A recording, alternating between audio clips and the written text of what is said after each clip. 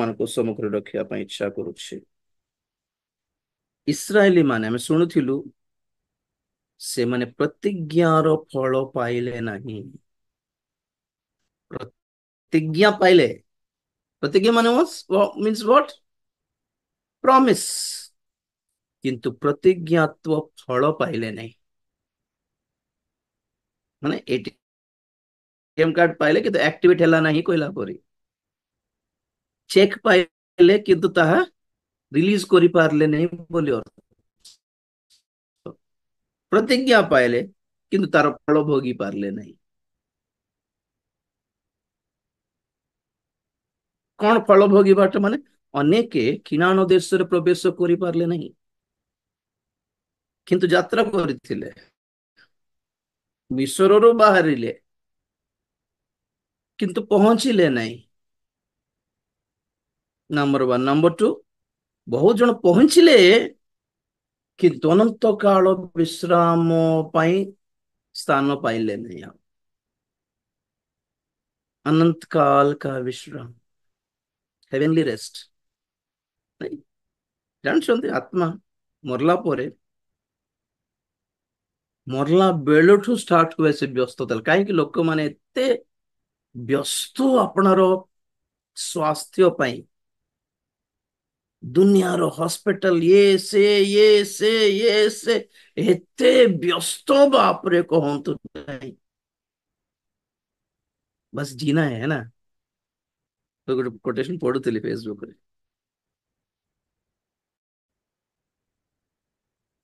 हमें जिंदगी भर जीना पड़ता है एक दिन मरने के लिए।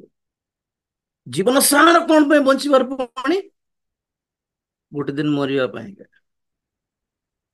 कितना वेस्ट लग रहा है ना वो लाइफ। जिंदगी और सारी जिंदगी, पूरी जिंदगी क्यों जीनी पड़ती है एक दिन मरने के लिए। देखो तो कितने वेस्ट लगुच दुनिया लाइफ टा। माने सब किसी लक्ष्य नहीं आओ, पाठ पढ़ार, जॉब कर, मैरिज हेबार, घर द्वार बनइबार, पिला छुआ जन्म कर, बड़ कर, पाठ पढ़े मरबार, क्या है। नो से नो जन्म न हेले भी किसी फरक पड़ न था। के जन पृथ्वी रे जन्म न हेले भी फरक पड़ो नहीं, बंचिले भी फरक पड़ू नहीं, मरले भी फरक पड़नी। दुनिया तो चल रहा है, आगे जा रहा है बस। मुझे मरले के जन फरक पड़ो, दिन चलो चलो। आईसीयू विशाखापट्टनम मेडिकल बाहर पर बहुत जन मरला बोल भावुले, पाम्पलेट को थोड़ा सा ना देखे बंची क्या और बोलले भी, और किसी को कुछ लोगों को फर्क नहीं पड़ता, पड़ो नहीं।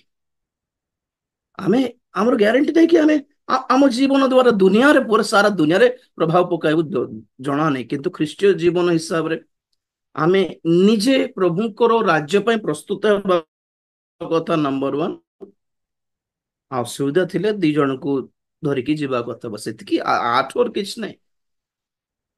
We are not here to study, earn and pay our bills. पाठ पढ़िबार, जॉब करिबार, दरमा पाइबार, सब बिल फिल सब बांधी बसथिबार, एटा पई बंचुछु कि? What a wasteful life is this. सेमिति जीवन केते वेस्ट जीवन जानछन्ते, कुछ फर्क नहीं पड़ता। एते वेस्ट रहिबार नहीं जगत रे, तथापि मरिबा को डर। जीवन सरी आसुछि, हो हेला बाबू, समस्त विवाह कर सारे है, प्रभु डाकिले पलैबा कथा बुलवा साहस बहुत जन माँ बापा मान ना कौन जानी पार ना। आई मीन जेजे बापा जेजे मान को से बयसर आई अजा मान को कहीं ठीक अच्छे सब तो सरलार, कहीं परिवार को बोझ होगी रहा। प्रभु डाकिले पलैबा है गोटे साहस। मोर मरवा आम कहीं डर नरक जीवन केमी आम जीवन प्रभु को हाथ दे दे सारू बहुत वर्ष है। यही साहस कहीं नहीं बहुत जन को वहां आपणकर विश्वास, आपणकर भक्ति, आपणकर गिर्जा जीवार, आपणकर ये सब आपण को मरिबा पई साहसमय हृदय देउनी माने कुछ पाए नहीं एक्चुअली। विश्वास नहीं। कौन विश्वास नहीं? कि मरले कौन देखिबी? दूत ମାନଙ୍କୁ ଦେଖିବି ନା ଭୂତ ମାନଙ୍କୁ ଦେଖିବି ଡାଉଟ ଲାଗୁଛି। ସେ ଡାଉଟ ପାଇଁ ଏକ ଡରନ୍ତି ବେଶୀ। କାହିଁକି? ଆମର କର୍ମ ଆମକୁ ମନେ ପଡେ। ଏମିତି ସେମିତି କରିଲି, ତାକୁ ଏମିତି କରି ତାକୁ ସେମିତି କରିଦେଲି, ଆକୁ ଏଇଠି ଚୋରାଇ ଦେଲି, ସେଠାର ପଇସା ଏଠି ଗୋଲମାଲ କଲି। ତେଣୁ କରି ନିଜେ ଜାଣିଛନ୍ତି ମୁଁ ଭଲଟା ନାହିଁ। ଯେ ମରଲେ ସ୍वर्ଗରେ ଗ୍ରହଣ କରିବେ କି ନାହିଁ ପ୍ରଭୁ ଡର। ନ୍ୟାଚୁରାଲ ସମସ୍ତଙ୍କୁ ଥିବା କଥା, ମତେ ବି ଥିବା କଥା। ହେଲେ ପଏଣ୍ଟ କଣ ଏଠି? ଏବେ ବି ବଞ୍ଚୁଛୁ ପୁରା। ପ୍ରଭୁ ଗୋଡ ଧରି କ୍ଷମା ମାଗିବା ପାଇଁ କେତେ ସମୟ ଲାଗୁଛି? ହେଁ? କେତେ ସମୟ ଲାଗୁଛି ଆଜ୍ଞା? ଥରେ କହୁଥିଲେ ଆପଣଙ୍କୁ ଗୋଟେ ଚର୍ଚ୍ଚର ନରକର ଚିତ୍ର ଦେଖାଇଲି। ନରକର ଚିତ୍ର ହିଁ ନାହିଁ, ମେସେଜ ବି ଦେଲି ପାତାଳ। ଆଉ ସେ ଗୋଟେ ଭିଡିଓ ମୁଁ ଛାଡିବି ଭାବୁଥିଲି, ମୁଁ ଏଡିଟ କରିକି ଛାଡିବି। ଆଫ୍ରିକାରେ ବୋଧେ ଜଣେ ପାଷ୍ଟର ଡ୍ୟାନିଏଲ ବୋଲିକି ଜଣେ, ସେ ହଠାତ୍ ଆକ୍ସିଡେଣ୍ଟରେ ତାଙ୍କର ମୃତ୍ୟୁ ହେଇଗଲା। ଆଉ ତାଙ୍କର ବଡିକୁ ହସ୍ପିଟାଲ ନେଲା ବେଳେ ସେ ଆମ୍ବୁଲାନ୍ସ ରେ ସେ ଦେଖୁଛନ୍ତି ଦି ଜଣ ଦୂତ ଆସିକି ତାଙ୍କୁ ଧରିକି ସ୍वर्ଗକୁ ନେଇଗଲେ। ସେ ଦେଖୁଛନ୍ତି ଆମ୍ବୁଲାନ୍ସରେ ତାଙ୍କର ସ୍ତ୍ରୀ କାନ୍ଦୁଛନ୍ତି, ଦି ଜଣ ଅଛନ୍ତି ଆମ୍ବୁଲାନ୍ସ ଅଛନ୍ତି। ସମାନ ଆମ୍ବୁଲାନ୍ସ ଦ୍ୱାର ପାଖରେ ଦି ଜଣ ଦୂତ ଗ୍ଲୋରିୟସ ଗୌରବରେ ପୂର୍ଣ୍ଣ ଦୂତ ସ୍ୱର୍ଗକୁ ନେଲେ। ସ୍ୱର୍ଗ ଦେଖିଲେ, ନରକ ବି ଦେଖିଲେ। ମୁଁ ଏଡିଟ କରିକି ହଁ ଦେବି ୟୁଟ୍ୟୁବରେ। ସେ ନରକରେ ଜଣେ ପାଷ୍ଟରକୁ ଦେଖିଲେ। ସେ ଏ ପାଷ୍ଟର ଦେଖିଲା, ସେ ପାଷ୍ଟର ପୁଣି ସେ ପାତଳରେ ପୁଡୁ ପୁଡୁ କହୁଛନ୍ତି, ବାବୁ ମୁଁ ଜଣେ ପାଷ୍ଟର। ସେ ନିଜର ପରିଚୟ ଦେଉଛନ୍ତି ପୁଣି। ମୁଁ ମଣ୍ଡଳୀର ପଇସା ବହୁତ ଖାଇ ଦେଇଛି ବାବୁ। ଏଥର ବିଶ୍ୱସ୍ତରେ ସେବା କରିଥାନ୍ତି, ମତେ ସୁଯୋଗ ଯଦି ମିଳିଥାନ୍ତା ବୋଲେ। ଉଡୁଥିଲେ କଣ ବହୁତ, କେତେ ଲୋକ କୋଉ ଟାଇପ ର ଲୋକ କେମିତି ପଡୁଛନ୍ତି ପାତଳରେ, ସେ ସବୁ ଦେଖିଲେ ସେ। ହେଁ, ତାପରେ ବହୁତ ଇଣ୍ଟରେଷ୍ଟିଂ ସିଚୁଏସନ ଅଛି, ମୁଁ ପରେ ୟୁଟ୍ୟୁବ ଛାଡିବି। ତ ଏଇ ଚିତ୍ର ଦେଖାଇଲି ମୁଁ ଚର୍ଚ୍ଚରେ, ସେ ଚର୍ଚ୍ଚରେ। ଆଉ କହିଲି ତୁ ପାଷ୍ଟର ହେଲେ କଣ, ତୁ କିଏ ହେଲେ କଣ? ପ୍ରଭୁଙ୍କର ପଇସା, ମଣ୍ଡଳୀର ପଇସା ଖାଇଦେଲେ ବଞ୍ଚିବ କି? ନରକ ଜଗିଛି ବୋଲି କହିଦେଲି। କହିଦେଲା ପରେ ଠିକ ଅଛି, ମିଟିଂ ଭଲ ହେଲା, ଇଏ ହେଲା ଠିକ ହେଲା। ଲାଷ୍ଟ ବୋଧେ ପ୍ରେୟର ହେଉଥିଲା, ମୁଁ ରୁମକୁ ପଳାଇବି ବୋଲି ବାହାରିଲି। ଆଉ ବାହାରିକି ଗଲା ବେଳକୁ ଜଣେ ଆଜ୍ଞା ଆସିଲେ, ଟିକେ ଏଜେଡ ପର୍ସନ। ହାତ ଗୋଡ ଥରି ଯାଉଛି ତାଙ୍କର। କଣ ହେଲା ବୋଲି? ଆଜ୍ଞା ମୁଁ ମଣ୍ଡଳୀର ପଇସା ବହୁତ ଖାଇ ଦେଇଛି। ମାନେ କିଛି ନାହିଁ, ଓଲ୍ଡ ପର୍ସନ ମାନେ କେତେ ବିପି ନଥିବ, କେତେ ହାର୍ଟ ପେସେଣ୍ଟ ହେଇ ନଥିବେ ନାଇଁ। ତ ତାଙ୍କୁ ହାତ ଧରି ଜୋରରେ ଧରିଲି ମୁଁ, ଆଉ କହିଲେ ଆଜ୍ଞା ଆପଣ ଏତିକି କନଫେସ୍ କଲେ, ସ୍ୱୀକାର କଲେ, ଏହା ଯଥେଷ୍ଟ। ପ୍ରଭୁ କ୍ଷମା କରନ୍ତୁ ବୋଲି ଥରେ ମାଗି ଦିଅନ୍ତୁ, କ୍ଲିୟର ହେଇଯିବ। ଏତିକି କହିକି ତାଙ୍କୁ ଜୋରରେ ଧରିକି ପ୍ରାର୍ଥନା କଲେ। ସେ ପ୍ରାର୍ଥନା କଲା ପରେ ପୁରା ତାଙ୍କର ନର୍ମାଲ ହେଲେ ସେ। ଆଉ କହିଲା ଆଉ ମନେ ପକାନ୍ତୁ ନାହିଁ, ପ୍ରଭୁ କ୍ଷମା ମାଗି ସାରିଛନ୍ତି, ପ୍ରଭୁ କ୍ଷମା ବି କରିସାରିଛନ୍ତି। ଭଲରେ ରୁହନ୍ତୁ ଅଙ୍କଲ ବୋଲି। ମୋର କଥା କଣ ମାନେ, ଆପଣ ଭାବୁ ପାରନ୍ତି ରାଜୀବ ଏତେ ଡରାଉଛନ୍ତି ବୋଲି। ମୋର ଘଣ୍ଟାଟି ପ୍ରଚାର ଯଦି ଡରାଉଛି, ଆପଣଙ୍କର 2 ମିନିଟର ପ୍ରାର୍ଥନାରେ ସଲ୍ୟୁସନ ମିଳିଯିବ, ଜାଣିଛନ୍ତି କି ନାଇଁ ଆପଣ ମାନେ? ମୋର ଘଣ୍ଟାଟି ଡରାଇବା ମେସେଜରେ ଟ୍ୟାବଲେଟ କଣ ଛୋଟଟା, 2 ମିନିଟର ଶରୀର ପ୍ରାର୍ଥନା। ଏତିକି ବି ନ ପାରିଲେ ଆଉ କିଏ ରକ୍ଷା କରିବେ ଆପଣ କୁହନ୍ତୁ? କଣ ଲକ୍ଷ୍ୟ କଣ ଥିଲା? ଜୋନେସ ଯାଇକି ନିନିବେ ନଗରକୁ ମରିଯିବ 40 ଦିନରେ।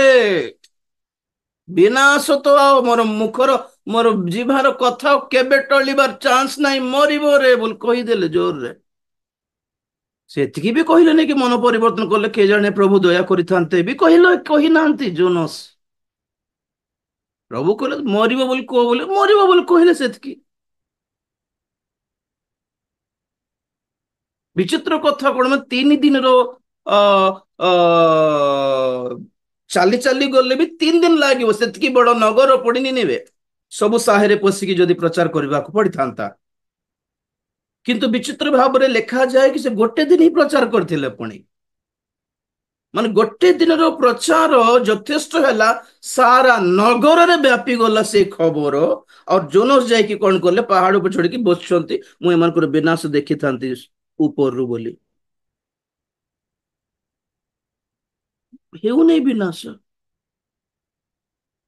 କାହିଁ ବୋଲ କ୍ଷମା ପାଇଗଲେ।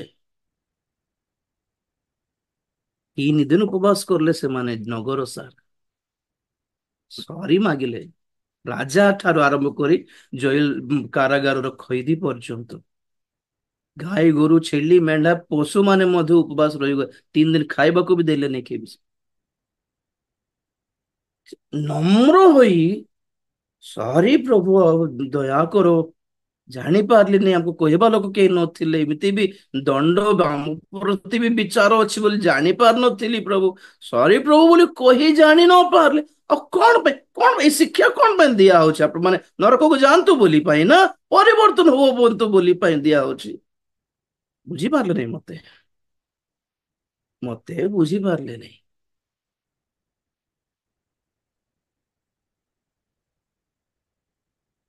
ଘଣ୍ଟାଟିର ମେସେଜ ହେଲେ କେତେ ବଡ ରୋଗ।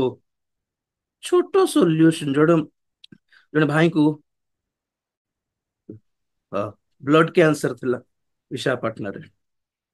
ଆରେ ବାପରେ, ବହୁତ ତାଙ୍କର ବାପା ଗୋଟେ ମାତ୍ର ପୁଅ, ବହୁତ କାନ୍ଦିଲେ ବହୁତ କାନ୍ଦିଲେ, ଏଇଠି ପ୍ରେ ରିକ୍ୱେଷ୍ଟ ସେଇଠି ପ୍ରେ ରିକ୍ୱେଷ୍ଟ ଇଏ ସେ ଏଇଠି ପ୍ରାର୍ଥନା ସେଇଠି ପ୍ରାର୍ଥନା। ସିଧା ଗଲେ ବେଲୁର ନେଇ ଗଲେ, ସେଇଠି ପଢିଛନ୍ତି ଆଉ ଡକ୍ଟର କହିଲେ 15 ଲକ୍ଷ ଖର୍ଚ୍ଚ ହେବ।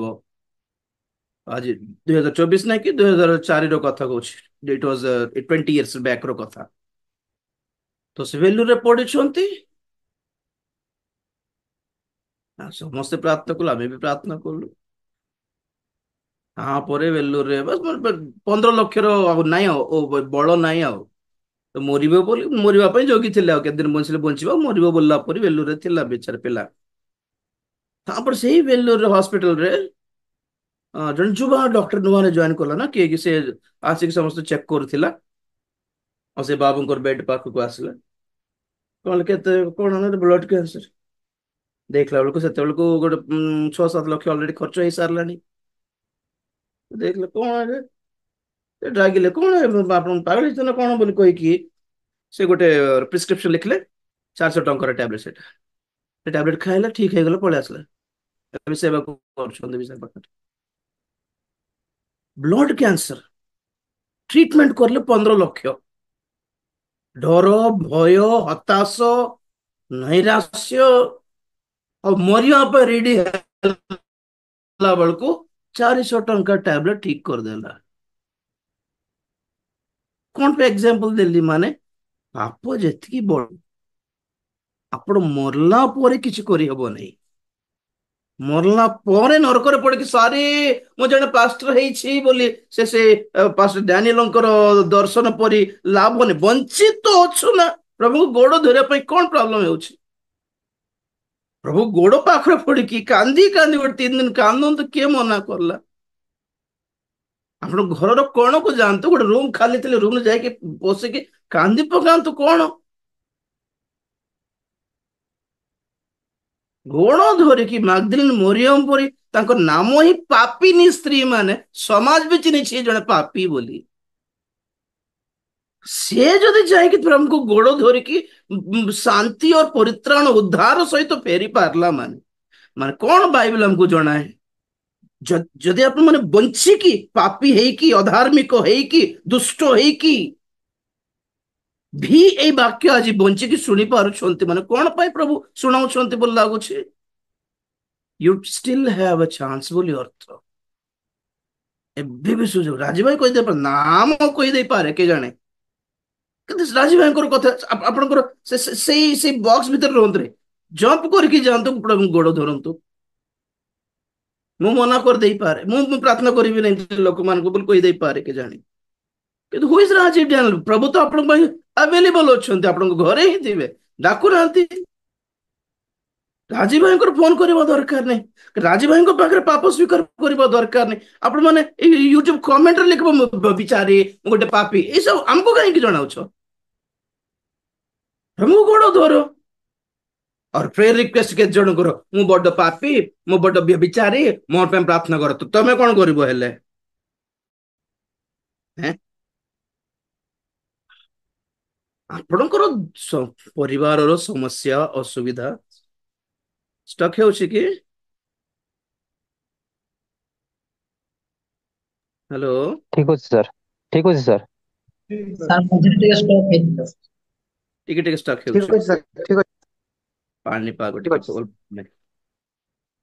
ଆପଣଙ୍କର ଘରର ସମସ୍ୟା ପାଇଁ ପ୍ରାର୍ଥନା କରିବୁ, ରାଇଟ? ଆପଣଙ୍କର ରୋଗ ପାଇଁ ପ୍ରେୟର ରିକ୍ୱେଷ୍ଟ ଦେଲେ ଓକେ। ଆପଣଙ୍କର ପାପ ପାଇଁ ବି ଆମେ ପ୍ରାର୍ଥନା କରିବୁ କି? କିଏ ଶିଖାଇ ଦେଲେ ଏମିତି ଆପଣଙ୍କୁ? ନିଜେ ପାପ ସ୍ୱୀକାର କରିକି ପ୍ରଭୁଙ୍କ ଗୋଡ ଧରିକି ସରି ବୋଲି କହିବା କଥା ନା ଆଉ। ନାଇଁ, ଆମ ବହୁତ ଭୟଙ୍କର ପାପ ଜଞ୍ଜାଳ ଅଛି, ଆପଣ ପ୍ରାର୍ଥନା କରନ୍ତୁ ପ୍ରଭୁ ମତେ ମୁକ୍ତ କରିବେ। ଯଦି ସେ ଛାଡିଲାନି ପାପ, ତାର ଅର୍ଥ କଣ? ମାନେ ଏମାନେ ପ୍ରାର୍ଥନା ଠିକ ଠାକ କରିନଥିବେ ଆଉ, ନାଇଁ କି ଆମର ଦୋଷ।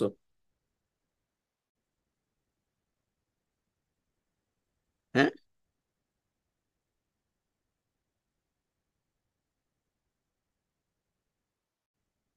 କହିଲେ ଦୁଃଖ କରିବେ।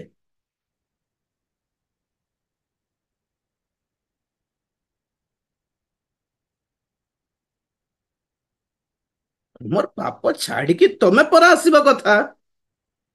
ସେଟା ପାଇଁ ବି ପ୍ରେ ରିକ୍ୱେଷ୍ଟ ଲିଖନ୍ତୁ ଗ୍ରୁପ କୁ। ମୁଁ ବ୍ୟଭିଚାରୀ, ମୁଁ ପାପୀ, ହଁ ଦି ଚାରିଟା ସ୍ତ୍ରୀ ସାଙ୍ଗ ସାଥି ମୁଁ ବୁଲୁଛି ଆଉ ବାହାରି ପାରୁନି, ଆପଣ ପ୍ରାର୍ଥନା କରନ୍ତୁ। ଏମିତି ନନସେନ୍ସ ପ୍ରେ ରିକ୍ୱେଷ୍ଟ ଦିଅନ୍ତୁ ନାହିଁ ଦୟାକରି। ଆପଣ ନିଜେ ପ୍ରାର୍ଥନା କରନ୍ତୁ, ନିଜେ ଛାଡିକି ଆସନ୍ତୁ। ନିଜେ ଛାଡିକି ଆସିଲେ ପାଷ୍ଟ ପ୍ରାର୍ଥନା କରିବ, ବାପ୍ତିସ୍ମ ଦେବ ଦରକାର ଥିଲେ। ମନ ପରିବର୍ତ୍ତନ କର ବୋଲି କହିଲେ, ଆସିଲେ ମୁଁ କରେଇଦେବି ବୋଲି କହିନାହାନ୍ତି।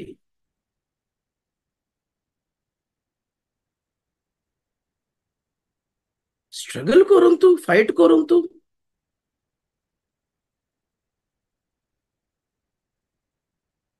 ଚିତ୍ର ହେଇଗଲେ ଲୋକମାନେ, ବହୁତ ଆସାନ ଲାଗେ, ବହୁତ ସହଜ ହେଇଗଲା। ସେମାନଙ୍କୁ କହିଦେଇଛି ସେମାନେ ପ୍ରାର୍ଥନା କରିବେ। ଆଉ ଯଦି ମୋର ଜୀବନ କିଛି କାମ ହଉନି ମାନେ ସେମାନଙ୍କ ପ୍ରାର୍ଥନାରେ ଏତେ ବଳ ନଥିଲା ବୋଲି ଅର୍ଥ। ଜଣଙ୍କର ପ୍ରାର୍ଥନାରେ ଆପଣଙ୍କୁ ସୁସ୍ଥତା ମିଳିଯାଇପାରେ। ଜଣଙ୍କର, ଅନ୍ୟ ମାନଙ୍କର ପ୍ରାର୍ଥନା ଦ୍ଵାରା ଆପଣଙ୍କର ପରିବାରରେ କିଛି ସମସ୍ୟା କ୍ଲିୟର ହେଇଯାଇପାରେ, କିଛିଟା ଆଶୀର୍ବାଦ ମିଳିପାରେ। କିନ୍ତୁ ଜଣଙ୍କର ପ୍ରାର୍ଥନା ଦ୍ଵାରା ଆପଣଙ୍କୁ ସ୍ୱର୍ଗ ମିଳିବନି। ସ୍ୱର୍ଗ ପାଇଁ ଆପଣ ମାନେ ନିଜେ ପ୍ରାର୍ଥନା କରିବା ଦରକାର। ଆପଣ ମାନେ ନିଜେ ମନ ପରିବର୍ତ୍ତନ କରିବା ଦରକାର, ପ୍ରଭୁଙ୍କର ଗୋଡ ଧରି କାନ୍ଦିବା ଦରକାର।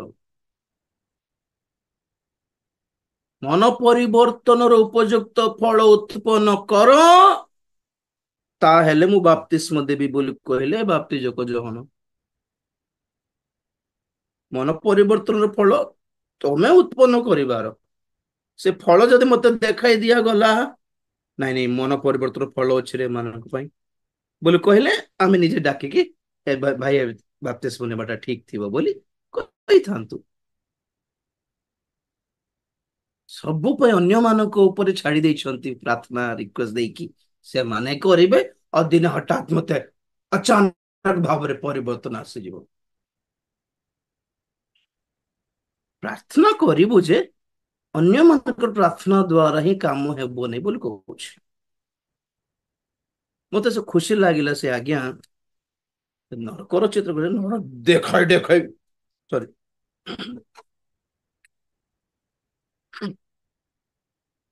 ଦେଖାଇ ଦେଖାଇ ଡରାଉଛନ୍ତି ବୋଲି କହୁଛନ୍ତି।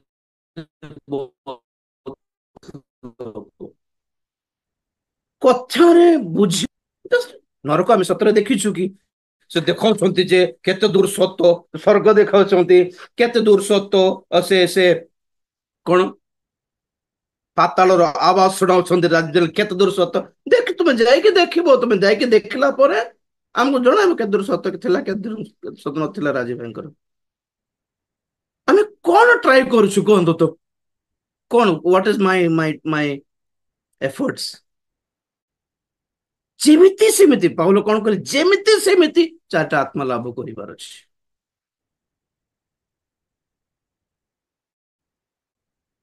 ବାକ୍ୟ ଦ୍ଵାରା ବୁଝାଇଲୁ, ଏତେ ବର୍ଷ ଦେଖି ବୁଝାଇଲୁ, ଶୁଣିଛୁ, ଏଥର ଦେଖିଲେ କେମିତି ଲାଗିବ କି?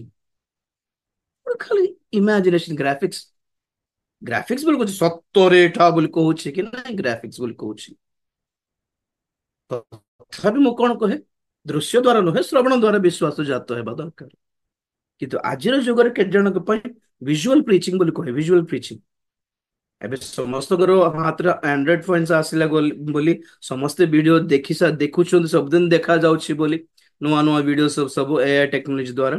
ତେଣୁକରି ଏବେ ପ୍ରୋଜେକ୍ଟ ଦେଖାଉନି ନା, ଆଗେ ତ ଦେଖାଉଥିଲି। ପୁରା 10 ବର୍ଷ ଭିଜୁଆଲ ମିନିଷ୍ଟ୍ରି କଲି, ଆଉ ନିଶ୍ଚିତ ଭାବେ ବହୁତ ଲୋକଙ୍କର ପରିତ୍ରାଣ ହେଇଥିଲା। କାହିଁକି ମାନେ ପାତଳ ବିଷୟ ଶୁଣିଛନ୍ତି କିନ୍ତୁ ଦେଖିଲେ, ଅବଶ୍ୟ ମୁଁ କଣ ସବୁବେଳେ କଣ କହେ, ଯାହା ଚିତ୍ରରେ ଦେଖିଛନ୍ତି ଏମିତି ତ ନଥିବ ପାତାଳ। କେମିତି ଥିବ? 8,000 ଗୁଣ ଭୟଙ୍କର ଥିବ, ତାଠୁ କମ ମାତ୍ର ନୁହେଁ।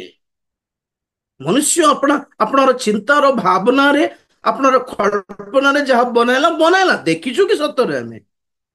ତଥାପି ଆମେ ଭାବିଲେ କେମିତି ହେଇପାରେ ବୋଲି ବା ପଏଣ୍ଟ କୁ ଗୋଟେ ଗୋଟେ ନରକ ଦେଖାଇ ବନେଇ ପାରିଲୁ, କି ଗୋଟେ ସ୍ୱର୍ଗର ଚିତ୍ର, ଗୋଟେ ନୂତନ ଜେରୁସାଲେମର ଗୋଟେ ଛବି ବନେଇ ପାରିଲୁ। ଚିତ୍ର କଳା ଆଜ୍ଞା, ଭାବନା କଳ୍ପନା। କିନ୍ତୁ ଆମେ ଜାଣିଛୁ ଆମର ଭାବନା ଓ କଳ୍ପନା ଠାରୁ ଅଧିକ ସୁନ୍ଦର ଅଟେ ସ୍ୱର୍ଗ। କି ଆମେ ଯଦି ସ୍ୱର୍ଗକୁ ଯିବା ଆମେ କହିପାରିବୁ ନା ଆମ ଯାହା ଦେଖିଛୁ ତା ତୁଳନାରେ ତ ଯାହା ଯାହା ବର୍ତ୍ତମାନ ଏ ସ୍ୱର୍ଗକୁ ଆମେ ଦେଖୁଛୁ ଆଖିରେ, ତାର ତୁଳନାରେ ରାଜୀବ ଭାଇ ଦେଖାଇଥିବା ଗ୍ରାଫିକ ଟା କିଛି ନାହିଁ, ବେକାରଟା ବୋଲି ଆପଣ ମାନେ ନିଜେ କହିବେ ବୋଲି ମୁଁ ଆଗରୁ କହିଲିଣି। ସ୍ୱର୍ଗ ବି ଆମର କଳ୍ପନାର ବାହାରେ, ଆଣ୍ଡ ନରକ ବି ଆମ କଳ୍ପନାର ବାହାରେ। ଆଉ ମହାକ୍ଲେଶ କାଳ କଣ କହିଲେ ପ୍ରଭୁ? ଏପରି ମହାକ୍ଲେଶ ହେବ ଯାହା ଏଇ ପୃଥିବୀରେ ଏହା ପୂର୍ବରେ କେବେ ହେଁ ଘଟି ନାହିଁ ବୋଲେ। ତଥାପି ମୁଁ ବର୍ଣ୍ଣନା କରୁଛି, ଏମିତି ଥିବ ସେମିତି ଥିବ ବୋଲିଲା ବେଳକୁ ଡର ଲାଗୁଛି ଆମକୁ, ଅରେ ବାପରେ ପରି ଲାଗୁଛି। ତଥାପି ଲାଷ୍ଟରେ ବ୍ରାକେଟରେ କଣ କହୁଛି? ଯାହା ରାଜୀ ଭାଇ ବର୍ଣ୍ଣନା କରିଛନ୍ତି ତାହାଠାରୁ ଅଧିକ ଭୟଙ୍କର ହିଁ ଥିବ, କମ ମାତ୍ର ନୁହେଁ। ତେଣୁକରି ଶିଖାଇଲା ବେଳକୁ କିଛିଟା ଦୃଶ୍ୟ ଦେଖାଇଲା ବେଳକୁ, ଆମେ ସନ୍ଡେ ସ୍କୁଲ ପିଲାମାନଙ୍କୁ ଛବି ଚିତ୍ର ଦେଖାଉନାହାନ୍ତି କି? ସେ କଇଁଚ ଆଉ ସେ ଠେକୁଆର ରାବିଟ ର ଷ୍ଟୋରିରେ ପିଲାମାନଙ୍କୁ କିଛି ଶିକ୍ଷା ଦେବୁନି କି? କେବଳ ଟର୍ଟାଇସ କଇଁଚ ଆଉ ଠେକୁଆ କେବେ ରନିଂ କରିଲେ କି ସତରେ? କେବେ ନାହିଁ। ପିମ୍ପିଡ଼ିର ଷ୍ଟୋରି କହୁ, ଇଏ ଷ୍ଟୋରି କହୁ, ଚଢେଇର ଷ୍ଟୋରି, ସତରେ ଘଟିଛି କି ସବୁ? ଗୋଟେ ଜିନିଷ ଲୋକମାନଙ୍କ ସମ୍ମୁଖରେ ବୁଝାଇବା ପାଇଁ, ଗୋଟେ ମରାଲ ଅଫ ଦ ଷ୍ଟୋରି ବୁଝାଇବା ପାଇଁ ତାର ଗୋଟେ ଷ୍ଟୋରି ବନାଇବାକୁ ପଡୁଛି। ସେପରି ପ୍ରଭୁ ଯୀଶୁ ଖ୍ରୀଷ୍ଟ ମଧ୍ୟ ଦୃଷ୍ଟାନ୍ତ ବହୁତ ଗୁଡାଏ କହିଲେ, ବହୁତ ଦୃଷ୍ଟାନ୍ତ କହିଲେ। ସତରେ ଘଟନି ସେ ସବୁ, ଏକ୍ସେପ୍ଟ ସେ ଅପବ୍ୟୟୀ ପୁତ୍ର ଆଉ ଧନୀ ଲାଜର, ଏମିତି କେତେଟା ଜିନିଷ ରିଅଲ ଥିଲା, ଆଉ ବାକିଟା ଦୃଷ୍ଟାନ୍ତ। ଦୃଷ୍ଟାନ୍ତ ମିନ୍ସ ଇଲାଷ୍ଟ୍ରେସନ, ଷ୍ଟୋରିଜ, ଗୋଟେ ଜିନିଷ ବୁଝାଇବା ପାଇଁ। ସ୍ୱର୍ଗ ରାଜ୍ୟକୁ ଜାଲ ପରି ବୋଲେ, ସ୍ୱର୍ଗ ଜାଲ କି ସତରେ ଜାଲ କି ନାହିଁ, ଏକ୍ସାମ୍ପଲ। ସେମିତି ସେଇ ଏକ୍ସାମ୍ପଲ ସେ ଭିଜୁଆଲରେ ଦେଖେଇଲେ କେତେ ଜଣ କେତେ ଦୂର ସତ, ତୁମେ ବୁଝ କେତେ ଦୂର ସତ କି? ତ ଏଇଟା ଦେଖି ବହୁତ ଜଣ ଡରିଲେ, ବହୁତ ଜଣ କାନ୍ଦିଲେ, ବହୁତ ଜଣ ଏମିତି ଦେଖାଇ ଡରଉଛି, ମାନେ ଡର ଲାଗୁଛି ନାଇଁ କି? ଡର ଲାଗୁଛି, କଣ ପାଇଁ ଡର ଲାଗୁଛି? କେତେ ଦୂର ସତ, ସେ ସତ ବୋଲି ଲାଗୁନାହିଁ ତ ଡରୁଛ କାହିଁକି? ରାଜୀବ ଯାହା ଦେଖାଇଲେ ନରକ, ଏ ସତ କି ନା ମିଛ? ଏଇଟା ସବୁ ମିଛ, ଯଦି ମିଛ ଡରୁଛ କାହିଁକି? ହେଲେ ଡରୁଛ ମାନେ କୁछ ତ ଗड़बड़ କିଏ हैं लोग। ଯାହା ଦେଖିବାକୁ ମନ ମାନୁ ନାହିଁ, मुंह फेराई देउछंती डरेबाटा शिखला डिजिटल नहीं कि काई डरुछ काई डरुछ सत मिछ नाही सेटा ग्राफिक बोल जानछंती तो डर लाଗୁଛି देख ଆମେ ଜାଣିନୁ କି ଯେତେବେଳେ ମୁଁ ଭିଡିଓ ବନାଉଥିଲି ବସିକି କମ୍ପ୍ୟୁଟର ପାଖରେ ଏ ଭିଡିଓ ଦରକାର ନରକର ଭିଡିଓ ଦରକାର ଛଅ ଛୋଟ ଛୋଟ ମୁଦ୍ରାର ଭିଡିଓ ଦରକାର ଖ୍ରୀଷ୍ଟିଆନ ମାନଙ୍କୁ ମାରିବା ଏ ସବୁ ବନାଇଲା ବେଳକୁ ମୁଁ ଜାଣିନି ଏଟା ଫେକ୍ ବୋଲି ତଥାପି ଦେଖିଲା ବେଳକୁ ମୋର ବାଳ ବି ଛିଡା ହେଇଯାଉଥିଲା ଆଜ୍ଞା ତାପରେ ମାନେ ଖାଲି ଏକ୍ସାମ୍ପଲ ପାଇଁ ଯଦି ଏମିତି ଦେଖାଯାଉଛି ମାନେ ସତରେ କେମିତି ହେଇନଥିବ ବୋଲିବା ଡର କଥା କହୁଛି